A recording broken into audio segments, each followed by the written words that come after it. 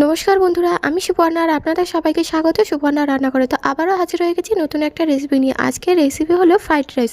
তো যারা নতুন শিখছে রান্না করা, তো এইভাবে করলে একদম পুরো টিপস সহ ফ্রাইড রাইসটা তারা পুরো ঝরঝরে বানাতে পারবে। তো আমি এখানেই প্রথমে বাসমতি চাল 1 কেজি নিয়ে নিয়েছি, আর চালের মধ্যে আমি কিছুটা জল দিয়ে দিলাম, দিয়ে চালটা ধুয়ে ভালো করে তারপর আধ ঘন্টা ভিজিয়ে রাখবো। তো বন্ধুরা, আধ ঘন্টা পরে এদিকে আমি উনুনটা জ্বেলে নিয়েছি, আর উনুনের মধ্যে দিয়ে দিলাম হাঁড়িটা, আর তাতে দিয়ে দিলাম কিছুটা পরিমাণে জল। তো জলের মধ্যে এবারে আমি দিয়ে দিলাম 2 চামচ নুন। 1 কেজি চালের জন্য 2 চামচ নুন লাগে। আর তারপরে দিয়ে দিলাম 3 চামচ সাদা তেল। তো এইভাবে ভাতটা করলে ভাতটা পুরো ঝরঝরে থাকবে বন্ধুরা। তো এবার আমি জলের মধ্যে ভাতটা দিয়ে দিচ্ছি। আর যেহেতু ভেজানো চাল, তাই জলটা ফুটে উঠলেই তবেই হাঁড়ির জলের মধ্যে চালটা দেওয়া যাবে, না হলে কিন্তু আগে চাল দিয়ে দিলে তাহলে ভাতের চালগুলো ভেঙে যাওয়ার সম্ভাবনা থাকে। তো বন্ধুরা দেখুন, ভাতটা এখানে ফুটে উঠেছে, আর দেখুন 10 মিনিট পরে আমি ভাতটা তুলে নিচ্ছি। খুব বেশি নরম করলে কিন্তু হবে না, একটু শক্ত রেখে ভাত থেকে ফ্যানটা আলাদা করে দিতে হবে। তারপরে একটা গামলার মধ্যে রেখে দিয়ে আর ওপর থেকে থালা চাপা দিয়ে দিলেই ভাতটা নরম হয়ে যাবে। তো আর এখানে আমি ফ্রাইড রাইস করার জন্য কিছু সবজি নিয়ে নিয়েছি। তো বন্ধুরা, এখানে আমি বিনস লম্বা লম্বা করে কেটে নিয়েছি, মটরশুঁটি নিয়েছি, ক্যাপসিকাম নিয়েছি, আর লম্বা লম্বা করে গাজর কেটে নিয়েছি।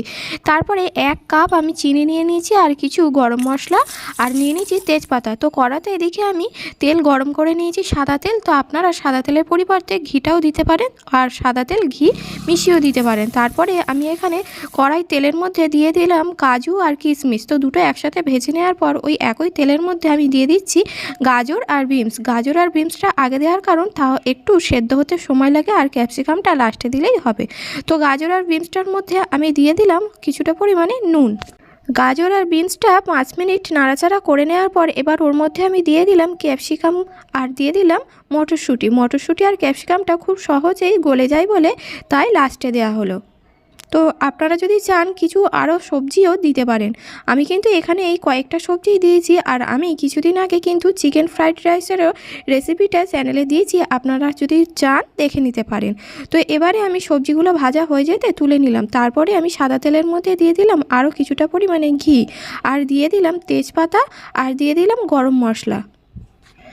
তো গরম মশলা থেকে গন্ধটা সুন্দর বেরোতেই তারপরেই আমি দিয়ে দিলাম ভেজে রাখা সবজিগুলো, আর তার মধ্যে দিয়ে দিলাম কিছুটা পরিমাণে ভাত। পুরোপুরি অনেকটা ভাত দিলে তাহলে কড়াতে নাড়তেও অসুবিধা হয়, আর ভাতগুলোও সহজেই ভেঙে যায়।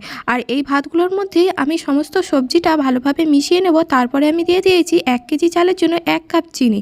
আর আপনারা যদি চান আরও কিছুটা পরিমাণে চিনি দিতে পারেন, এমনি ফ্রাইড রাইস একটু মিষ্টি মিষ্টি হয়। আর যদি মিষ্টি কম খেতে চান তাহলে অল্প একটু দিতে পারেন। তো দেখুন ভাতগুলো ভাজা হয়ে গেছে, আর ভাতের মধ্যেই আমি অনেকটা ঢেলে দিয়েছি। আমি যেহেতু অল্প ভাত একটুখানি ভাজা করেছি, আর আমি কিন্তু সবজি ভাজার সময় নুন দিয়েছি, আর ভাতটা হওয়ার সময়তেও নুন দিয়েছি, তাই আর আমি আলাদা করে নুন দেব না। আর সমস্ত ভাত কড়াতে একসাথে নাড়াচাড়া করতে গেলে অসুবিধাও হয়, আর তারপরে ভেঙে যাওয়ার ভয়ও থাকে ভাতগুলো। সেই জন্যই এইভাবে একবার ফ্রাইড রাইস বানিয়ে দেখবেন, খুব সহজেই হয়ে যাবে ঝরঝরে ফ্রাইড রাইস, একদম অনুষ্ঠান বাড়ির মতো। তো বন্ধুরা, কত সহজেই দেখলেন ফ্রাইড রাইসটা হয়ে গেল। আর আপনাদের যদি রেসিপিটি ভালো লাগে তাহলে বন্ধুদের মধ্যে অনেক অনেক বেশি শেয়ার করবেন, আর কমেন্ট করবেন। আর চ্যানেলে নতুন হলে চ্যানেলটি সাবস্ক্রাইব করে পাশে থাকার অনুরোধ রইল।